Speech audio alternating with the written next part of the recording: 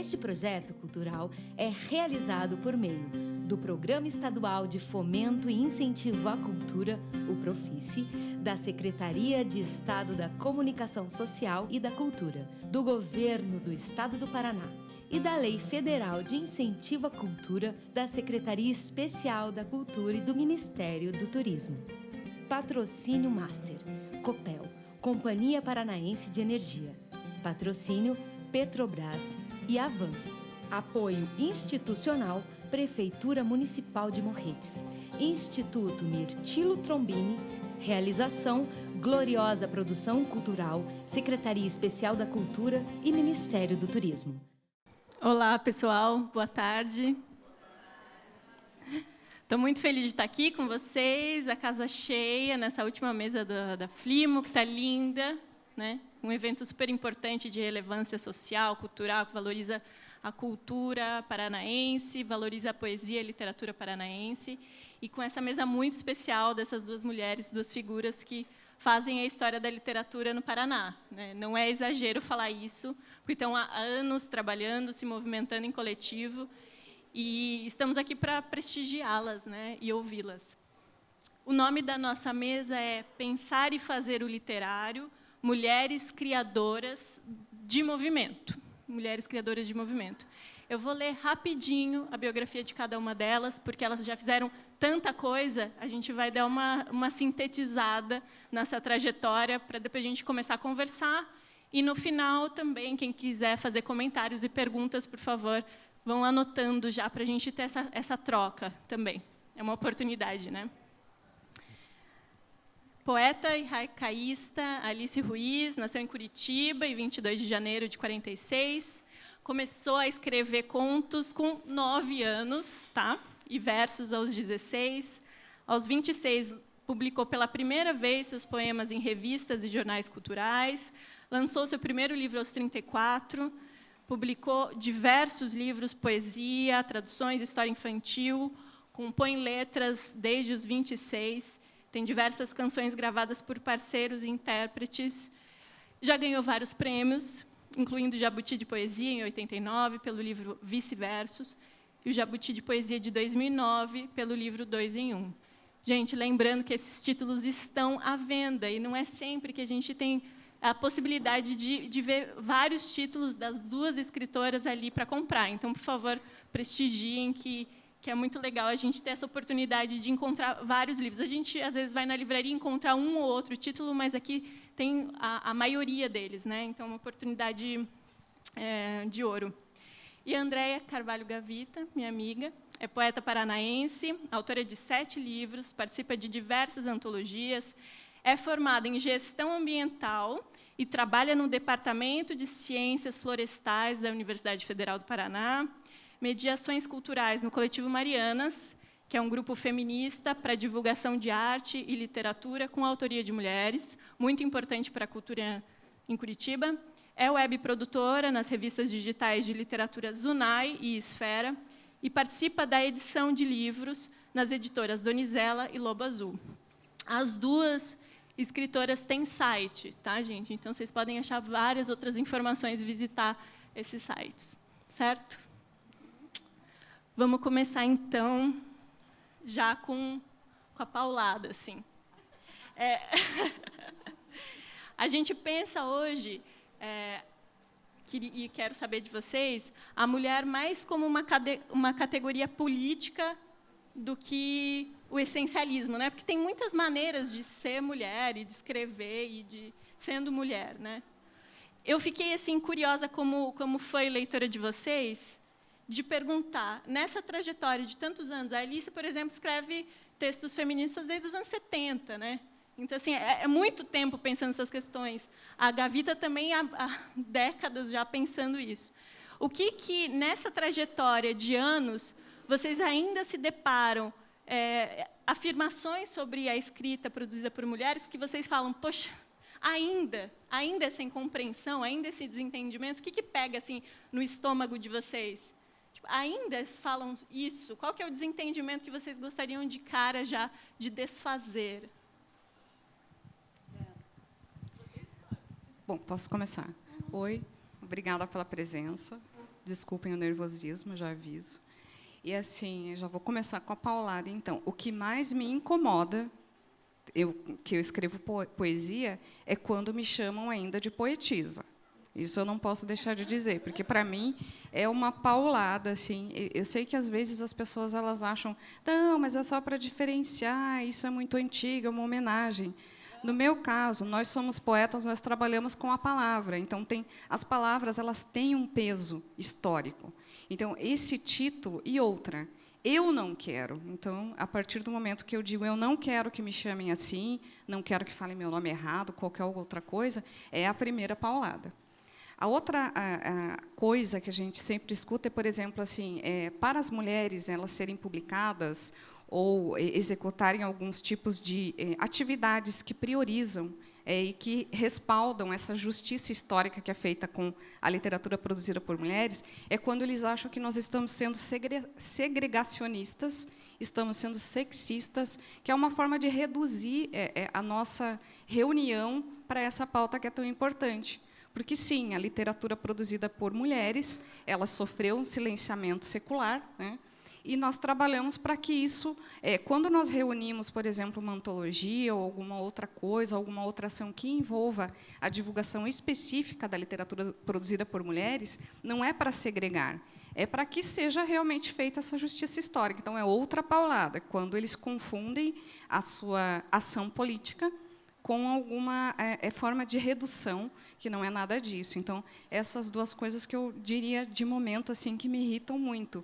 É o poder da palavra e o poder do título, né, da característica que te conferem, às vezes, justamente que é uma outra forma de reduzir a sua ação. Quando a pessoa, você está dizendo que você está fazendo isso por um motivo, e a pessoa ela pega lá nas bases daquilo e tenta reduzir a sua ação. Então, essa é outra paulada. Acho que já é paulada bastante. Né? E também, que eu creio que vamos falar mais para frente, é quando dizem que a literatura produzida por mulheres ela é uma literatura à parte. Né? Ela é uma literatura diferente. Tudo é literatura. Quando você se reúne para angariar, né, e divulgar mais a literatura produzida por mulheres, não é que é um nicho à parte. Então, são esses 3 pontos. O título, a redução, né, tentando dizer que você está sendo segregacionista, e não é nada disso, e a diferença entre a literatura produzida por... É isso. Oi. Que bom que vocês estão aqui. Obrigada por isso, por estarem aqui. Então, um dos artigos que eu escrevi nos anos 70 se chamava Poetisa é a Mãe. Porque a palavra poetisa parece que dá uma afrouxada na função, para uma suavizada. Parece que a gente só fala de nuvens, borboletas e flores, quando, na verdade, as questões que a nossa poesia levanta, a poesia feminina ou escrita por mulheres, muitas vezes vem com uma carga de política mesmo, de defesa, maior até, né, do que a masculina. E a gente é poeta e pronto, e o homem que não gostar disso, que mude para poeto, porque termina com A. Então...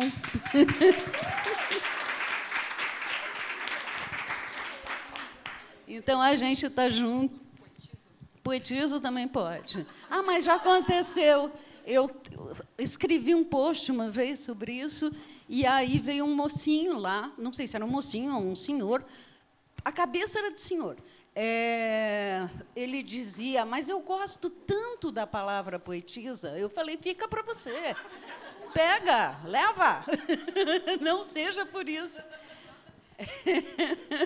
Olha, eu não sei, eu não saberia dizer se especificamente na literatura tem algo mais que me incomode. Eu acho que uma coisa que me incomoda... Na letra de música, por exemplo, na coisa da canção, tem algo que me incomoda muito, que é o seguinte, eu carrego 2 discriminações. Porque mulher, realmente...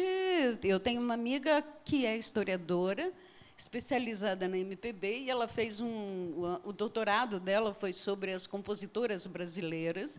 Ela levantou mais de 7.500 compositoras. Vocês fazem ideia de que tem mais de 7.500 mulheres que compõem música no Brasil, desde Chiquinha Gonzaga para cá? A gente não faz ideia. Você fala assim, dá o nome das compositoras que você conhece, a coisa chega a meia dúzia. Né? Porque muita coisa era, assim, ou era anônimo, ou era senhorinha fulana de tal, esposa de fulano de tal, uma niteroiense. Assim, não, a maior parte das mulheres eram anônimas, como, aliás, disse bem Virginia Woolf, né, que quase sempre anônimo se refere a uma mulher. Então, se tem algo que me incomoda, não na minha, assim, na minha trajetória, mas de uma maneira geral, é essa coisa, esse anonimato que acontece na literatura para as mulheres e, como eu disse, na música, mais ainda porque quem aparece é quem interpreta, e quase sempre coincide com quem faz a música e não com quem faz a letra. Então, letrista desaparece, e se for mulher, aí não existe mesmo. Mas aí não... Mas daí você luta, você batalha, e o teu parceiro que fez a música, quando é entrevistado, ele diz, não, essa letra é da Alice Ruiz. E aí as pessoas publicam na internet a letra colocando o nome dos dois. Ou seja, o cara vira parceiro da letra. Assim, não tem vez. Agora, se for um homem, eles vão tomar mais cuidado. Se o parceiro, o letrista, for um homem, eles vão dizer, putz, eu não vou ser louco de mexer nesse vespeiro. Mas como é mulher, pode. Eu acho que é isso, eu acho que é uma tentativa de nos invisibilizar e inviabilizar também. Sou braba, né? Desculpem, eu vou me acalmar. Não, a gente está aqui por causa disso. Por causa disso, por causa dessa energia. E eu tenho certeza que a gente sai daqui também com essa movimentação do corpo, né? Isso que é muito importante. É muito importante a gente estar aqui depois também de 2 anos e meio sem poder estarmos no mesmo lugar, nos nutrindo, né? Isso é muito importante. Por isso que fico muito feliz. E como a Alice já puxou isso dessa outra formação, dessa outra prática na música também, eu queria perguntar um pouco dessa formação, porque a Andréia, ela tem a formação em gestão ambiental, está trabalhando nessa questão contra incêndios, funcionária pública há bastante tempo, né, Gavi, está ali no serviço público há bastante tempo, e a Alice com essas parcerias que são muito ricas na composição também, também nesse outro lugar, que tem vários pontos de encontro com a poesia, mas também é uma outra coisa, né? Porque é a música. Então, eu queria saber também disso, assim, dessa formação de vocês, e como se dá essa dinâmica de retroalimentação entre a literatura e esse outro lugar onde vocês também circulam. Como você começou? Tá bom, será sempre assim, sempre... Tá certo. A menos que você não queira. Não, tudo bem, tudo bem. O importante é falar, né, gente? Obrigado. Sempre vou agradecer, porque quanto mais falamos, mais ouvidos existem para nos escutar, nós nos validamos, né? Então, na minha profissão, eu sempre fui bióloga, desde criança. E, para mim, a biologia é a fonte da poesia, elas estão interligadas. Então, apesar de eu estar trabalhando agora num departamento que é voltado para a ecologia, né, incêndios florestais, a minha primeira intenção poética foi quando eu olhei num microscópio uma lâmina e eu vi a estrutura celular. Então, para fazer a anotação de aula, eu já fiz, não sei o quê. Aí eu falei, olha, daí leram as minhas anotações e falaram assim, não, isso não é uma anotação de aula, isso daí é poesia. Então, demorei, logicamente, muitos anos para me assumir poeta. Só me assumi poeta quando eu publiquei o meu primeiro livro e validei aquele título, mas isso não é necessário, já desencanei disso. E como eu sempre trabalhei com a área biológica, eu sempre tive essa relação de que, para mim, a biologia era uma fonte muito maravilhosa da poesia, então, todos os meus poemas acabam circulando, né, com essa temática. Então, eu estendo para o meu ambiente de trabalho, eu interligo os dois, é uma forma também de me manter saudável.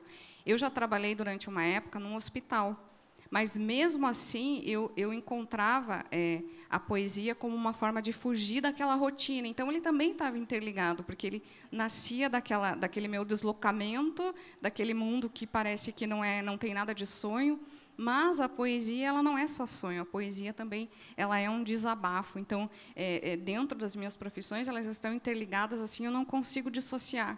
Às vezes, eu estava atendendo uma pessoa no hospital e eu estava fazendo uma anotação de poesia. E eu acabava contaminando os meus colegas também com os meus pensamentos poéticos, de tentar enxergar uma outra realidade ali, naquilo, ou ver a mesma realidade, mas falando com uma forma diferente. É por isso que eu escrevo poesia, porque é como se eu traduzisse o estresse ou o maravilhamento do mundo, são minhas anotações. Então, agora, na área de gestão ambiental, eu estou tentando trabalhar também, porque eu acho que a escrita da mulher ela tem muito a ver com a ecologia. E é por isso que existe até a ecocrítica agora, né? Eu acredito que elas estão interligadas. Existe uma sacralidade na natureza e poetas que falam com a voz da natureza e poetas que usam a natureza como panorama para seus escritos, né? Eu falo só da poesia aqui porque é a minha forma de expressão, mas eu creio que a escrita, no geral, é assim, né? A prosa é assim. Existe muito o ambiente em que você vive, ele acaba se refletindo no que você expressa. E a escrita nada mais é do que a expressão do ambiente em que você está vivendo. Então, não vejo dificuldade nenhuma em articular essas duas temáticas, tanto psiquicamente, energeticamente, como textualmente. Então, claro que é complicado. Na área de gestão ambiental, eu encontro um pouquinho mais de dificuldade, porque a área de gestão ambiental ela está envolvida com a política e com os nossos recursos naturais estão acabando. Então, é um ponto espinhoso. É difícil de eu levar para esse ambiente de gestão ambiental a poesia, os meus tickets, né, poéticos que eu tenho, as minhas manias poéticas. Era muito mais fácil num hospital. Então, eu não consigo entender ainda por que acontecia isso, mas eu creio que é por causa do movimento político atual que atravessamos, em que qualquer coisa que você vai falar, talvez, de os territórios indígenas, essa coisa de legitimação de territórios, é mais espinhoso. Mas a gente acaba trabalhando com as metáforas, com as figuras de linguagem, e, né, não vai encontrar maiores problemas.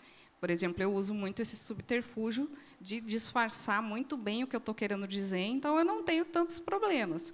Mas isso foi um recurso que é natural para mim, eu não faço porque é programado aquilo, né? Só o fato de eu estar escrevendo poesia, uma mulher escrevendo poesia, ainda poesia do jeito que eu escrevo, já é aí como é que eu posso dizer, uma provocação. Então, a minha provocação ela é mais psíquica. Os meus colegas de trabalho eles têm a mania de dizer assim, isso é o tipo de coisa que você falaria. Às vezes eu falo alguma coisa, ela é poeta, não ligue. Então, sabe? Então, tem isso, mas eu consigo trabalhar bem. Eu não levo isso como não é um empecilho para que eu continue falando aquilo que eu escrevo. E eu creio que está interligado assim, dessa forma. Eu acho que a poesia está aqui, está em tudo que é lugar. A poesia está presente o tempo inteiro. Poeta é quem é capaz de captar e expressar. Mas é isso, a poesia está em tudo. Você falando isso, me lembrou, eu tive a grande felicidade de entrevistar o Mário Quintana em 1990, quando eu dei minha primeira oficina de haikai, foi em Porto Alegre, e eu fiquei hospedada no mesmo hotel que ele, e eu consegui uma entrevista com ele, e até hoje não me recuperei emocionalmente. Não, é porque ele sempre foi meu maior amigo sem me conhecer. Então, quando eu tive esse momento, foi realmente incrível. E ele me contou, entre outras coisas, que o pai dele era farmacêutico, e, quando menino, ele trabalhava, adolescente, começou a trabalhar com o pai na farmácia, e o pai foi ensinando a profissão, e ele se deu conta de que ali nasceu o poeta, porque ele aprendeu o equilíbrio dos elementos. Então, é isso, quem tem a poesia em si, de alguma forma, vai juntar, vai descobrir na sua profissão isso se for muito jovem, porque, no meu caso, aconteceu meio que... Você perguntou da música, nós vamos chegar lá, mas, assim, eu fui, para pagar as contas, publicitária há mais de 20 anos. E foi a poesia que me abriu essa porta, e não o contrário, sabe? Assim, a publicidade não colaborou em nada com a minha poesia, mas o fato de eu fazer, principalmente, uma poesia sintética, ter desenvolvido a capacidade de síntese através do haikai, e ter uma tendência natural também, me levou a trabalhar facilmente com publicidade. Eu também fiz HQ, também fiz roteiro em quadrinho, também escrevi ensaios. Toda a minha vida profissional é através da palavra. O grande amor da minha vida é a palavra. Então, a letra de música é uma continuação disso, é mais um dos lugares que eu exerço esse amor. Mas você falou das semelhanças e diferenças. É verdade. Eu, inclusive, me irrito um pouco quando alguém diz assim: Zé Cabaleiro musicou tal poema da Alice Ruiz. Não, eu fiz uma letra. É outro gênero. Não me tirem esse outro gênero que eu pratico. Não me tratem só como poeta. Não que eu procuro que as minhas letras sejam poéticas, mas é um outro gênero. A poesia papel, ela tem um outro timing, é um outro tempo. Você abre o livro de manhã, não entendeu muito bem, mas achou que tinha uma coisa interessante ali. Daí, depois de tomar café, você diz: agora eu vou ler de novo, agora. E aí e aí você lê em voz alta de tarde. E aí chega uma hora que você diz: a letra de música não tem esse timing. A letra de música, ou ela te conquista imediatamente, ou não te pegou. E aí você tem que desenvolver essa diretidade, essa coloquialidade. A rima, por exemplo, os parceiros costumam gostar quando a gente põe rima. Métrica, então, adoram, porque facilita a vida deles, né? A composição. E a poesia no papel não precisa mais dessas coisas, né? Mas tem outras coisas, tem que ter em comum, tem que ter ideia, tem que ter uma trama de linguagem, uma sedução. Aliás, falar em sedução, eu já achei uma fórmula para isso. O que eu costumo dizer é que a relação da gente com a poesia papel, com o poema, é como amor, que é uma coisa que a gente vai construindo. A poesia, na letra de música, é como uma paixão. Ou te pega de cara, ou você nem nota que ela passou por você. Não é? Olha só, né? Coisas. Que privilégio a gente ouvir nessas. Quais momentos do dia que a gente pode pensar sobre essas coisas e ouvir as pessoas falando sobre isso, né? Por isso que esses eventos são importantes. Eu queria aqui, para fechar essas 3 primeiras perguntas, porque depois eu pedi licença para as poetas para ler uns poemas delas, porque eu acho também, nessa pegada do que eu acabei de falar, eu acho muito importante a gente ter momentos para ler poesia em voz alta. Porque a gente não tem esses momentos, né? A gente tem poucos momentos que a gente está na praça e alguém declama. Então, acho que a gente pode colocar mais no nosso dia a dia, colocar mais poesia, ouvir mais em voz alta, e ter esses momentos de comunhão em torno da poesia, sabe? Por isso que eu quero pedir licença para as poetas para ler alguns. Mas eu queria perguntar para vocês, assim, também que é a curiosidade de leitora, que o que vocês não abrem mão na produção poética de vocês? O que vocês não abrem mão? Vocês não fazem concessão. Não, isso aqui, olha, esse aqui é meu limite, e isso aqui eu não abro mão, entendeu? Podem espernear, não vai, sabe, não vai vender ou não vai não sei o quê. O que vocês não abrem mão, assim, que é o território de vocês, que vocês lutam por aquilo dentro da poesia de vocês? Isso para mim é fácil, né, Júlia? Eu não abro mão de não entenderem o que eu escrevo. Então, porque eu já tentei. É óbvio. Como quando eu escrevo um texto, eu leio de tudo. Eu gosto de todos os gêneros de escrita, todos os gêneros de poesia. Mas quando eu vou passar as minhas ideias para o papel, elas acabam sendo herméticas. Herméticas para quem vai ler, porque, para mim, as minhas referências elas estão ali. Mas como que a pessoa não está entendendo? Eu estou confessando. Eu estou confessando isso. Então, eu não abro mão, então, porque, por exemplo, assim, eu trabalho muito com o ativismo, que a gente chama, né, que é divulgar a produção de mulheres, todos os tipos de leitura e artes produzidas por mulheres. Mas, dentro desse meu ativismo, por exemplo, existe também uma vertente dos poemas que eles são ativistas, eles são hinos de luta, né? E eles têm que ser mais fáceis para as pessoas entenderem, para uma criança entender.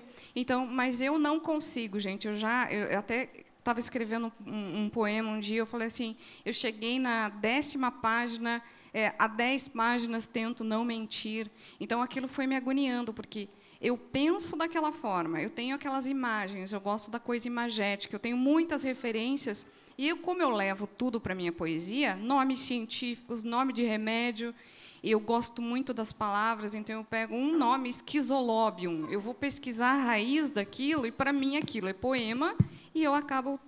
então, a minha poesia ela tem muito artifício, artefato, purpurina, eu até comentei.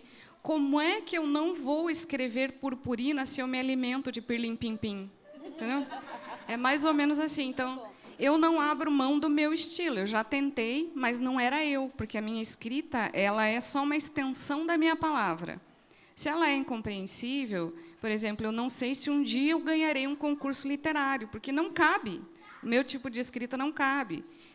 Alguns poemas meus eles não são para serem lidos. Eu vou numa escola falar para crianças, eu não vou ler um poema meu que as crianças vão achar que eu estou falando, sei lá, apesar de que criança até entende mais do que adulto, né? Porque eles leem além da sua palavra, a expressão, né?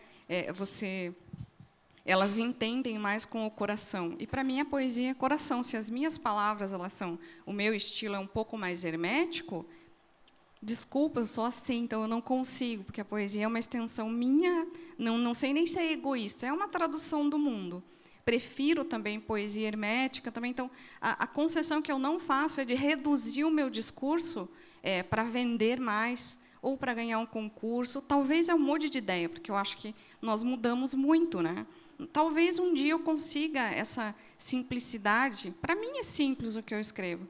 Eu acho muito bonito, eu gosto também de uma coisa mais simples.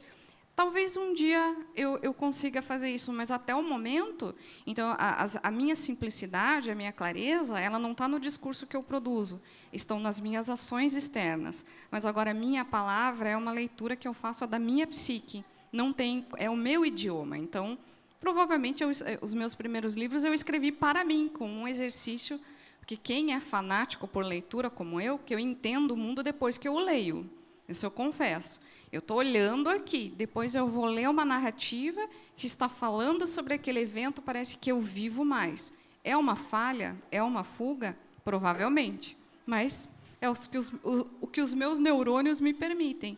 Então, a concessão é essa. Eu não posso simplificar o meu idioma, é essa concessão que eu não faço mesmo, até o momento.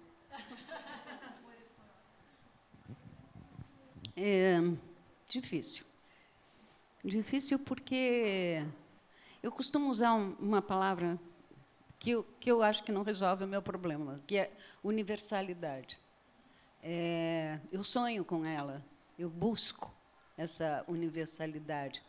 Eu acho que o que eu falo só vai fazer sentido se for a expressão de um pensamento, de um sentimento da época que eu vivo, ou do grupo a que eu pertenço, ou das mulheres, se for esse o tema, mas, enfim, eu acho que nada do que diz respeito só a mim interessa mais ninguém. Então, eu não abro mão do que eu chamo de universalidade, que é isso, sabe? Essa representação, nem que seja de um pequeno grupo, mas é muito difícil usar a palavra universalidade para isso, mas é isso, essa é...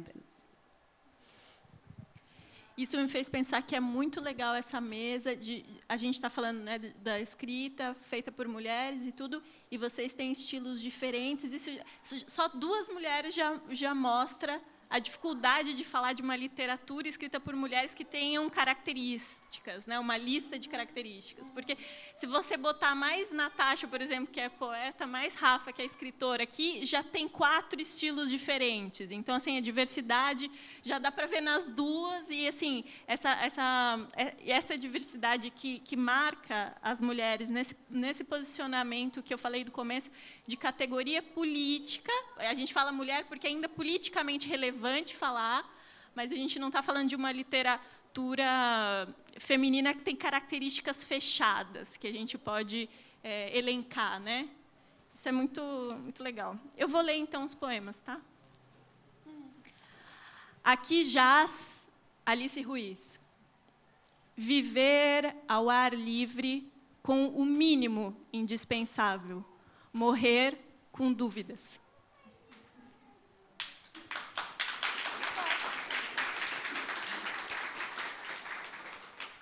Esse lindo está em 2 em 1, tá? Vendendo ali com a arte e letra.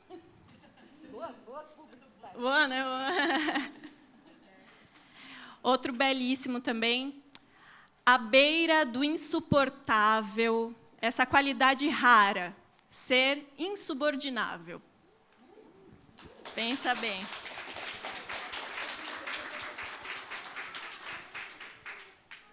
Esse é um poema de Desorientais, de 96, pela editora Iluminuras. E aí eu vou ler um poema um pouco mais longo, lindíssimo, da Andréia agora, para depois a gente voltar para a conversa. Declama-me, eu te decoro. Pode me chamar demônia, dolorida rima, enquanto tuas mãos em cio apertam a ferida dos rosários. Pode me mapear, Babilônia, prosa besta, enquanto teus pecados em rios entopem a represa dos ovários. Você pode tudo, com sêmen e dicionário, romance, crônica e glosa, pode doutrinar qualquer abecedário. Eu posso ainda mais, poesia, manifesta e ardorosa, ensinar a perdida Mãe Nossa, ao Filho, ao Pai e ao Vigário.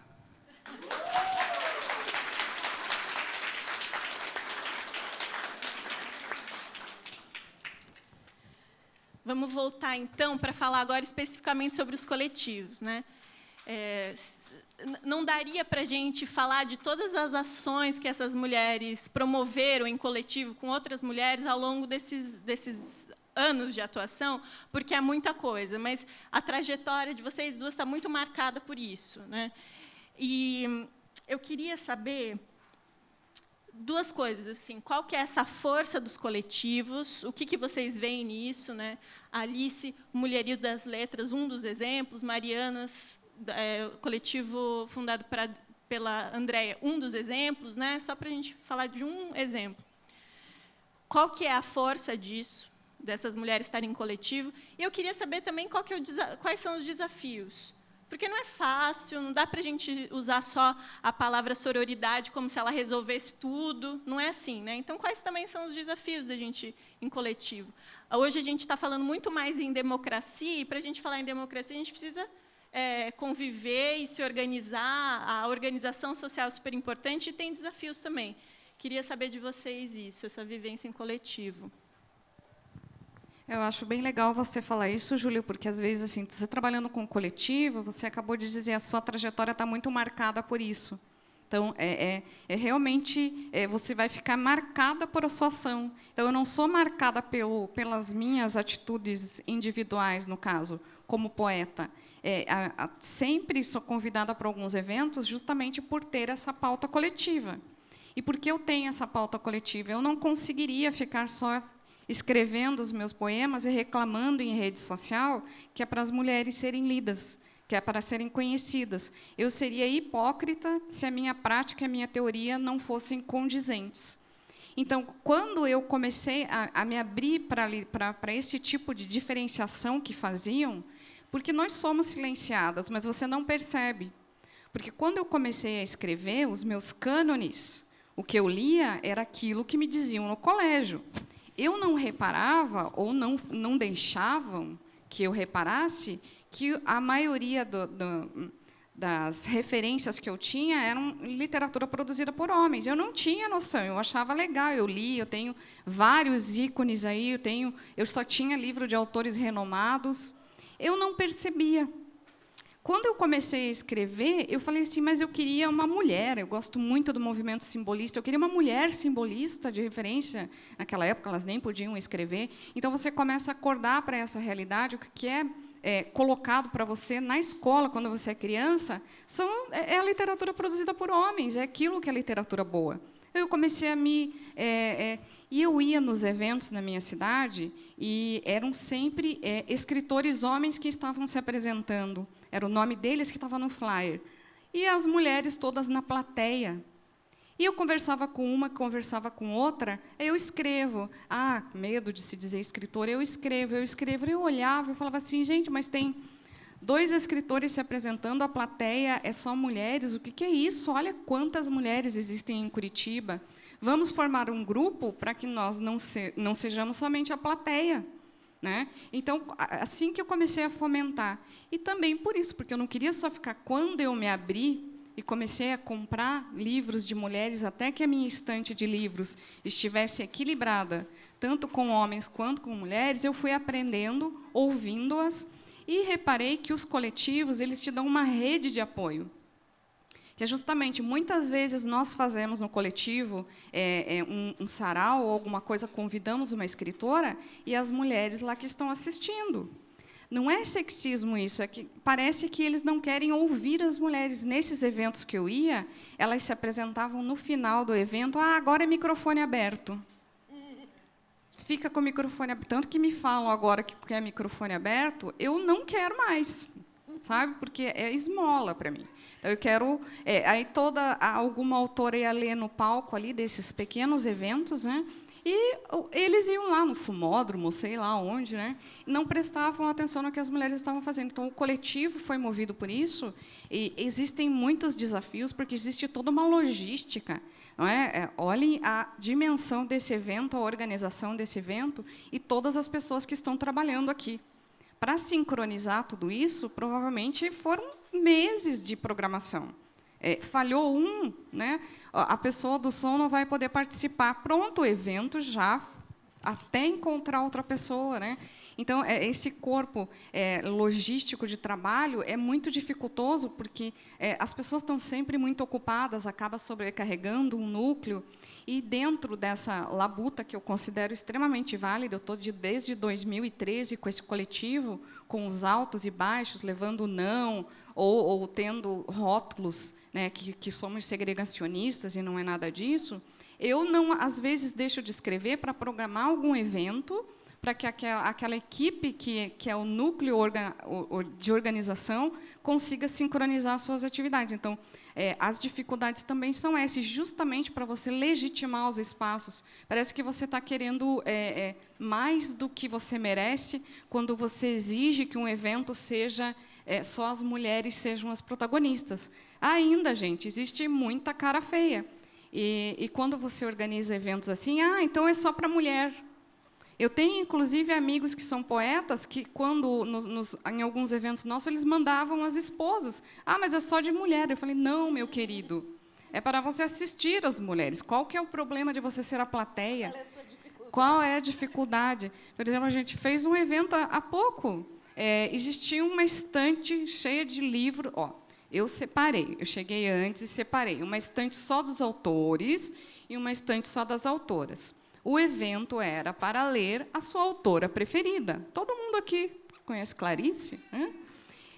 Quando chegou a vez dos autores, a dificuldade que esses autores tinham de ler uma mulher, não, eles liam os seus poemas. Sendo que eu tinha pedido, você não tem uma escritora favorita?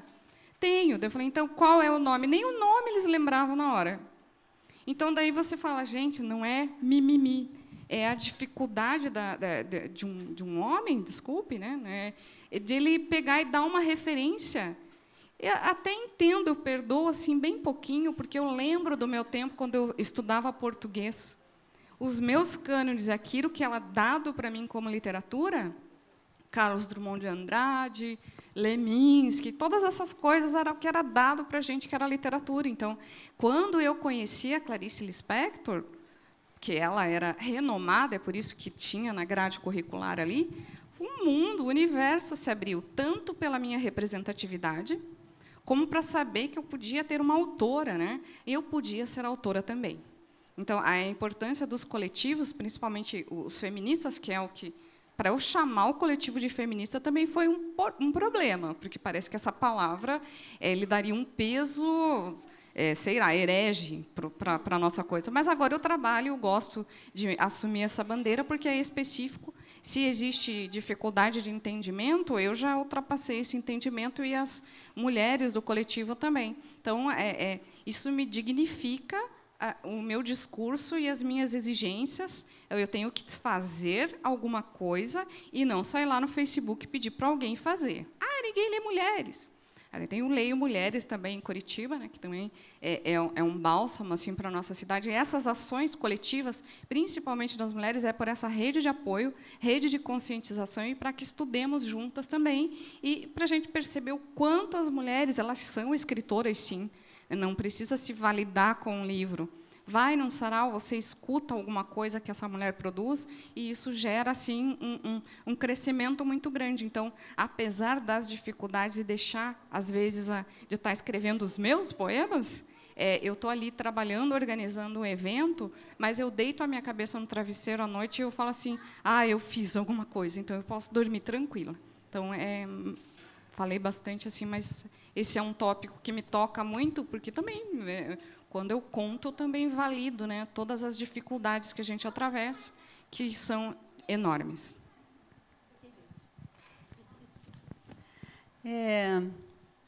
Eu confesso que eu estou cansada. Não, é verdade. Eu faço parte daquela onda dos anos 70. Nos anos 70, eu estava lá, indo a reuniões de mulheres, não só necessariamente escritoras, mas, na verdade, a maioria ali trabalhava com a palavra, escritoras, jornalistas, atrizes, quer dizer, né? Psicanalistas, psicólogas. E a gente ficava discutindo a condição da mulher, tentando entender, tentando achar saídas. Eu escrevi, nessa época, vários ensaios sobre a mulher. E aí aconteceu uma coisa muito maravilhosa em Curitiba, que foi a editora Grafipar. Não sei se alguém aqui sabe do que eu estou falando, porque enfim, parece uma lenda do passado, uma lenda linda do passado. A editora Grafipar, pela primeira vez em Curitiba, havia uma editora que editava revistas dos mais variados tipos, desde uma revista como a Atenção, que era no estilo Veja, Época, isto é, Época, talvez aqui também ninguém, poucos saibam do que eu estou falando, mas também editava revistas em quadrinho, quase sempre com um apelo sexual, porque, afinal de contas, eles tinham que manter a editora.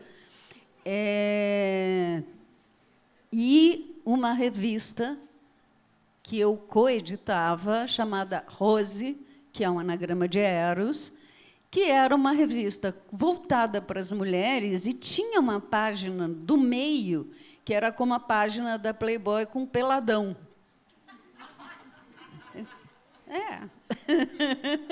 Tinha um peladão ali, sempre com um livro na frente dos órgãos genitais, com um violão, com perninha cruzada de um jeito que não tinha exposição e tal, mas estava peladão. Quando a gente não conseguia ninguém que topasse fotografar, a gente recorria tem agora me falta um nome, tinha uma série de fotos que você podia usar, eu não lembro agora o nome disso, me faltou. Um banco de imagens, né? Obrigada, um banco de imagens. E aí a gente achava uns peladão bacana, mas assim, completamente pelados, com exposição frontal e tal. E aí, às vezes, eram portadores de um órgão relativamente pequeno, desproporcionalmente falando. Proporcionalmente falando. Daí a gente botava uma tarja grande, assim. E o slogan da revista era: Rose, a revista que informa as mulheres e tira a roupa dos homens. Gente, isso é anos 70. Final dos anos 70. 79 ali, coincidindo com a abertura, né, porque a abertura, 86 que acabou a ditadura, né? Foi 86? 85, 86, ou seja, isso em plena ditadura a gente fazia isso. Eu acho que isso tem que levar em conta. Eu sei que dá a impressão que eu estou fugindo mas era como, assim, eu atuava assim, atuei assim, escrevendo ensaios, coeditando essa revista,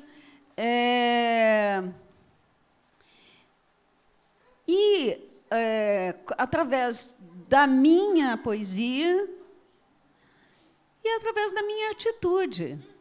A coisa da atitude tem um ônus muito alto. Você olha assim e diz assim: não, você só estava vivendo como você pensa. Sim, mas e o preço que você paga para viver como você pensa? Porque você está sendo um exemplo. Isso foi a minha filha Áurea que me ensinou, pequenininha. Eu fazia essas reuniões feministas em casa, a gente discutindo o mundo.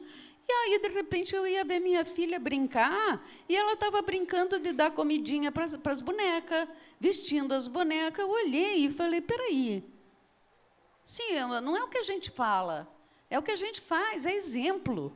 E não é só para criança. A tua vida tem que ser um exemplo do que você pensa. Você não pode defender uma teoria. Você falou algo desse tipo, né? A gente não pode defender uma teoria e ter uma atitude completamente diferente. Você nem precisa falar muito, mas tenha uma atitude inovadora, de acordo com o que você pensa. E aí o preço é alto, né? Porque o sistema vai tentar te apagar, vai te coibir, vai tomar atitudes contra você, vai te difamar, vai te chamar de cada coisa que você vai olhar e dizer: gente, eu só estava emitindo a minha opinião. Né? E o Mulherio, eu resolvi participar do Mulherio porque foi uma ideia de amigas, não foi ideia minha, mas amigas que eu prezo muito, e eu achei muito legal a ideia, e teve um problema inicial grande, que foi a primeira reunião, foi lá em João Pessoa, e as feministas negras não se sentiram representadas.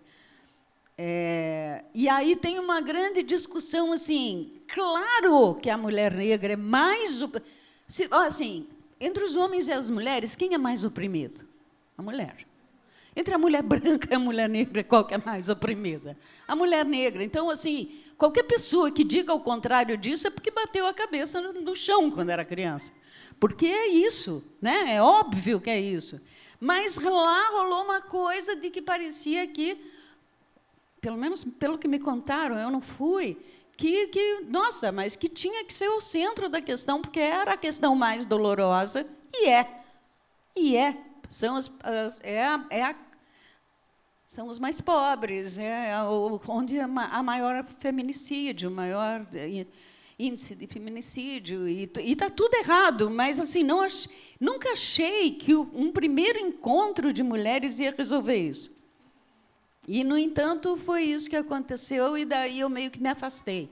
Porque eu acho que a gente tem que resolver essas questões antes de trazer a público algo que é para ser representativo e um grupo questiona a representatividade disso. Mas, de qualquer forma, eu acho que todo e qualquer movimento, eu fico assim, muito obrigada, muito obrigada, muito obrigada, porque que bom que tem gente disposta a continuar, sabe? Porque não adianta, gente, não adianta. Em qualquer sistema, a gente tem que estar atenta e tem que se defender, porque não é fácil ser o anônimo da história. E é esse o papel que o sistema masculino reservou para nós. Então, nós temos que estar ligados a cada geração, por isso eu agradeço imensamente a todas vocês da nova geração, e eu olho e digo assim, posso descansar. É importante descansar, às vezes, posso também, dar né? uma descansada, porque eu fiz bastante, olha que maravilhosas. Olha, estão fazendo muito mais do que eu fiz. E façam muito mais, e tomara que as próximas façam ainda mais do que vocês. Ouvindo essa história do pelado.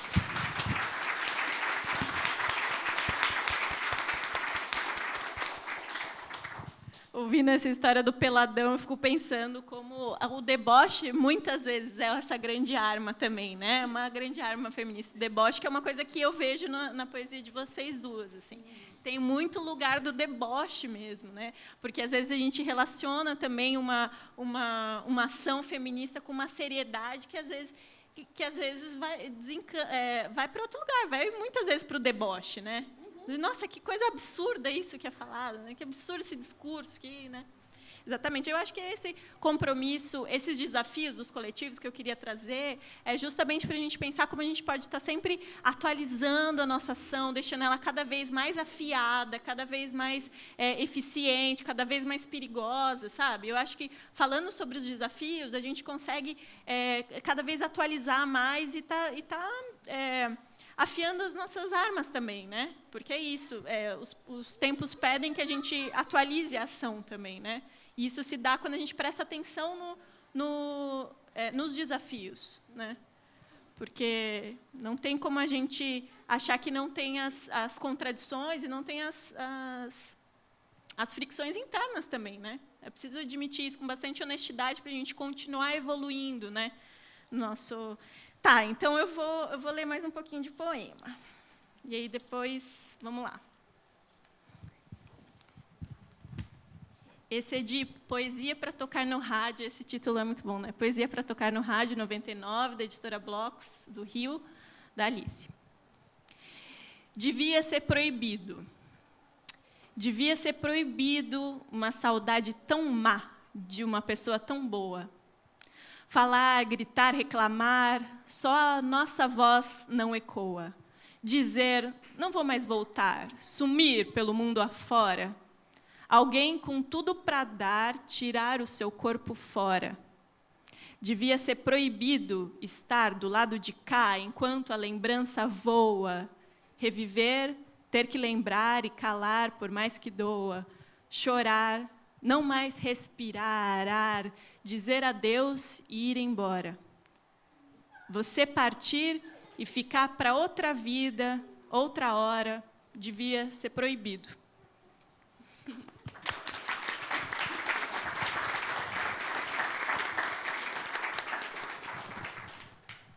E aí, olha que coisa, né? Poesia para tocar no rádio, da Alice, e aí tem um poema, A Mulher do Rádio, da Gavita. A Mulher do Rádio.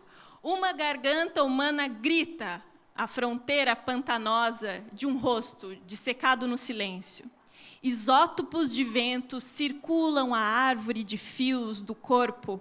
A mulher está sobre a ponte. A mulher talvez pule, corrosiva cabeça, quando salta a primeira página do jornal. A mulher abre suas asas de açafrão.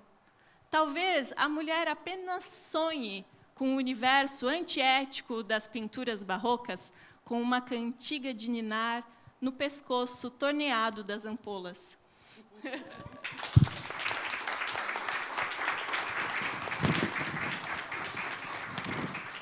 Posso contar uma coisa sobre o Poesia para Tocar no Rádio? É que é uma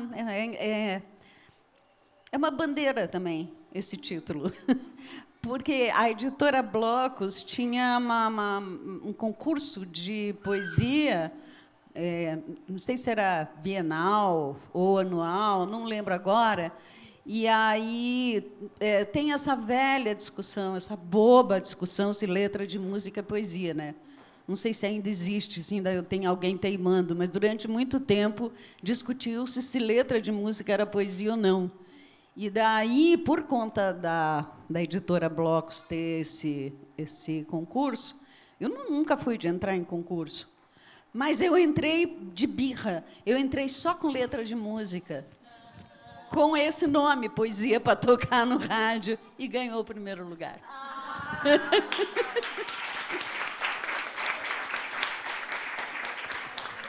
Obrigada. Eu acho que... Bom, tem mais uma coisinha aqui, e aí vamos abrir para vocês, para os comentários, e aí depois eu volto para ler os últimos poemas, porque eu vou insistir nisso da leitura em voz alta de poema. Ontem, quando eu estava participando da mesa aqui, eu falei rapidinho sobre essa ideia que eu tenho, que uma questão ela é vista de diferentes ângulos, dependendo do que a pessoa está fazendo. Uma questão do ponto que ela parte. Me embananei, mas é o seguinte. Uma questão social, por exemplo, como a moradia ou como a fome. Uma pessoa antropóloga vai abordar isso de uma maneira, né? A pessoa que é líder da comunidade, ela vai abordar de uma outra maneira. A pessoa que é jornalista, ela vai abordar de uma outra maneira. E eu fico pensando muito que as poetas abordam essas questões sociais das maneiras que as poetas podem abordar, né? Porque eu também fico pensando, talvez não essa palavra, mas isso da universalidade, eu acho importante no sentido de recuperar uma figura, uma função social da poesia, sabe? Que não é essa imediata, que não é a mesma que da jornalista, que não é a mesma da socióloga, que é uma específica, né? Então, eu queria... E que também não é a mesma da poesia participante dos anos 70, 80. Exatamente. Porque aí a gente cai naquilo que eu perguntei da concessão.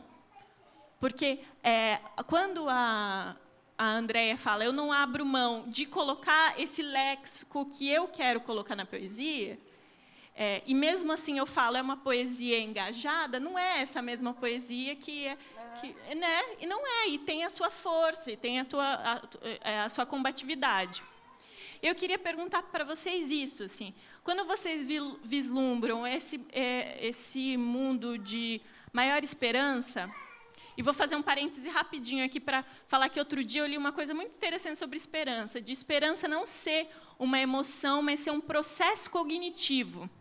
Quando a gente entende a esperança como um processo cognitivo, a gente pensa, a esperança é alimentada como um processo da nossa mente, assim, a gente entendendo que a gente tem coisas para resolver, querendo resolver, pensando em soluções práticas, se organizando para resolver e acreditando em nós como sociedade para resolver. E é assim que a gente vai fortalecendo esse processo cognitivo de esperança, de não ser só mais uma palavra, né? De ser uma palavra que move a ação, que orienta a ação, né? Então, quando a gente pensa nesse mundo então mais esperançoso, de mais processo cognitivo de esperança, então qual é esse lugar das poetas nesse mundo, assim? O que para vocês elas estão fazendo o quê? Circulando por onde, fazendo o quê, sabe? Só o fato da mulher escrever poesia, ela já me dá uma esperança, que era também algo que era os grandes poetas, e agora existem as grandes poetas. Então, esse lugar de ela se assumir poeta, se assumir escritora, já me dá uma esperança, e eu creio para pessoas que vão ter facilidade com a escrita, elas já vão se sentir esperançosas em produzir aquele tipo de expressão. A poesia é mágica, né? Antigamente ela era oral, agora ela é escrita. Então, a poeta se coloca nesse lugar de confronto com a sua poesia que foge do canônico, porque a mulher, né, não só a mulher, existem vários escritores que eles rompem os cânones daquilo que é estabelecido, elas brincam com a forma, e dentro de um poema elas fazem os seus hinos, denunciando, debochando, ironizando, cantando o mundo e ensinando a outras através dessa... Porque, para mim, a poesia ela é tipo um feitiço. Você lê alguma coisa, fica gravado na sua mente, assim como a música também. Então, é como se você estivesse produzindo feitiços que vão ter aquele efeito, né? E as pessoas estão lendo aquilo, estão se transformando a partir do momento que elas também estão tentando entender ou tentando memorizar. Então, eu acho que a importância das poetas, né, a importância da poesia é uma palavra complicada. Portanto, sem poesia, para mim, o mundo não existiria, né? Mas eu acho que a mulher poeta, quando ela está produzindo seus livros, assumindo esse título, escrevendo da forma que ela... uma forma nova, né? Não estamos aqui para dizer que essas formas que fogem do cânone, elas não são literatura boa. Sim, elas são. Elas só são comparadas com o cânone. Então, quanto mais mulheres estão escrevendo e jogando na mesa aquele tipo de literatura, não sei se estaremos vivas para ver, se um dia eles vão dizer, essa literatura produzida por mulheres é assim, talvez tenha um diferencial. Isso é literatura, porque a mulher ela é rebelde na escrita, ela é dissidente. Só o fato dela escrever e publicar um livro, se assumir poeta, já é uma questão de confronto, já é uma definição política. A mulher escrevendo já é a maior política que existe, no meu ponto de vista, né? Considerando o passado. Então, eu acho que é esse contexto. A própria intitulação de ela se assumir, ler aquele seu poema, existem os slams que são fabulosos, né? Você vai o slam das Minas que existe aqui, é uma aula que você tem aquilo lá, não precisa nem de livro. Você vê a força daquelas mulheres quando elas se reúnem e vão declamar o que elas pensam, o que elas exigem, elas estão ali, slam das Minas, elas estão se intitulando poetas. Esse é o confronto e é isso que me dá esperança, porque foi isso que me deu esperança quando eu comecei a ler mulheres. Entendeu? Então, é só pelas que vieram antes de mim e tiveram uma projeção que eu tive acesso. Se elas tivessem ficado caladas, talvez eu não estivesse aqui. Se eu não tivesse lido, tido acesso à literatura produzida pelas que vieram antes, né, e me espelhado, né, numa época que era mais difícil ainda, tanto que o nome do nosso coletivo ele homenageia Mariana Coelho, que foi, em 1938, ela escreveu um livro chamado A Evolução do Feminismo no Paraná. Então, é por isso que nós estamos homenageando. E o exemplo que nós temos são as escritoras, são as poetas, porque, né, é a voz que foi silenciada e é a voz que nos representa e é a voz que nos dá força. Então, eu acho que eu respondi. Isso que a gente combinou de você ser a primeira me coloca num lugar muito esquisito. Primeiro, porque você, às vezes, me dá umas deixas maravilhosas, então eu estou cômoda, confortável. Por outro lado, eu saio rapidinho da zona de conforto, porque você diz um monte de coisa que eu também diria. Então fica engraçado. Tem as duas coisas aqui. Mas nessa coisa, por exemplo, do silenciamento, né? Elas estavam escrevendo. Eu, diferente de você, tive a sorte de que o primeiro livro que eu li, porque eu escolhi, na minha casa só tinha a Bíblia, não tinha outro livro. E aí eu, no ginásio, descobri a biblioteca, quase tive uma síncope, não queria mais sair de lá, não queria ir para as aulas, não queria lanchar, não queria nada, eu queria ficar lá. Até uma professora, minha professora de história, Cecília Westphalen, ficar com pena de mim e ela virou minha tutora. Ela se responsabilizou por mim para eu poder retirar livros da biblioteca e levar para casa, para voltar para a aula dela. Mas devo muito a ela. E ela me deu o primeiro livro que eu tive, que foi A Chave do Tamanho, do Monteiro Lobato, porque eu tirei a nota mais alta em História. Mas o primeiro livro que eu escolhi era escrito por uma tal de senhora Leandro Dupré. Olha que coisa estranha. Eu não lembro o nome do livro, mas eu jamais esquecerei esse nome, senhora Leandro Dupré. Era o nome do marido dela. O nome dela é Maria... Eu esqueci. Eu já dei um Google, eu tenho até a foto dela, eu guardei a foto dela, porque eu queria que ela tivesse a personalidade dela na minha vida, mas deu Maria José Dupré. Mas os livros ela assinava como senhora Leandro Dupré. Se não foi, mas assim a gente fica horrorizado. Por que a J.K. Rowling, por exemplo, não pôde assinar Joan? Não pôde assinar assim. Não é que não pôde, mas a editora falou assim: não vai vender, o nome de mulher não vai vender, bota só as iniciais. Agora, quer dizer, a coisa de 20 anos, 30 anos no máximo, não sei quando que, não lembro agora a data exata da chegada do Harry Potter nas nossas vidas, mas eu li todos, não sei vocês, eu li todos. Porque eu falei, o que é isso? Né? Um sucesso. E eu preciso falar com a juventude e eu vou ler. Como é que eu vou convencer a juventude a ler se eu não leio o que eles leem? Daí eu fui lá ler. E aí, deixa eu contar mais um... Estou fugindo completamente do assunto. Mas eu li todos, né? E meus netos sabem disso. E aí, um dia, eu estava, numa das vindas para cá, eu estava na casa da filha e o neto chegou. E o Vinícius, que é o mais velho, chegou com umas amiguinhas. E daí ele falou: essa é a minha avó Alice. E aí eles: oi. Aí uma delas falou: peraí, é ela? Não era por nada, ela nunca me leu, ela não faz a menor ideia do que eu escrevo, das minhas músicas, provavelmente gosta e nem sabe que são minhas. Mas é porque eu tinha lido Harry Potter. Eu era a avó do pedaço. Não é legal? A próxima biografia da Alice. Alice Ruiz, leitora de Harry Potter. Não precisa colocar mais nada. Mas eu acho que eu me perdi agora nessas duas. Qual era a pergunta mesmo? Não, eu acho que que a função social da poeta, você já falou que é a tua vida, é a sua postura, né? É como você... Exato, é a postura, é isso. Então, não sei, eu não sei, eu acho que é tirar a gente do anonimato, e a gente tem que escrever. Contra tudo e contra todos. Revelia, mesmo tendo que botar só as iniciais, mesmo tendo que assinar que eu sei a senhora fulana de tal, a viúva alegre fulana de tal. Mas tem, né? Mas tem que não pode parar. Só isso. Continuar. Não pode deixar que essa pressão externa nos cale. Só isso.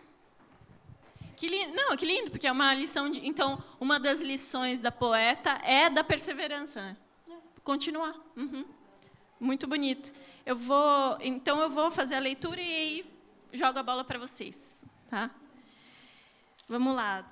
2 da Alice. O primeiro está em Boa Companhia Haikai, que é uma antologia da Companhia das Letras, 2009. Que é muito bonito.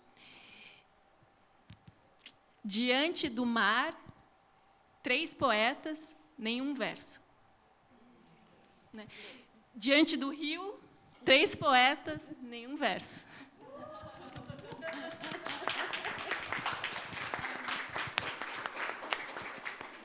E esse aqui também que está em 2 em 1, no livro, né, que está ali na Veneno na Arte e Letra, e que eu achei muito legal, porque eu acordei hoje, né, fui tomar café e tal, e depois, quando eu voltei, eu ouvi o sino. E esse fala assim: jamais amei um santo, nem cantei um hino, só quero morar contígua a um sino, som que continua desenhando templos.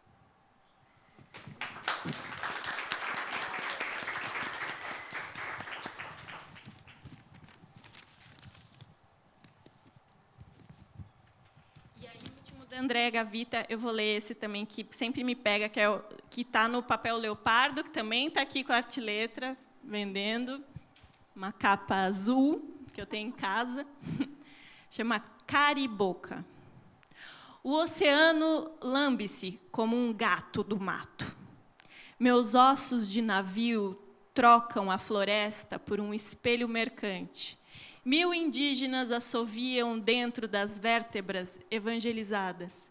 Finjo-me especiaria, de pó finíssimo, estátua de coloral. O canto tribal das ondas aprende o idioma dos marinheiros. Deixo que me cortem a língua de pajé.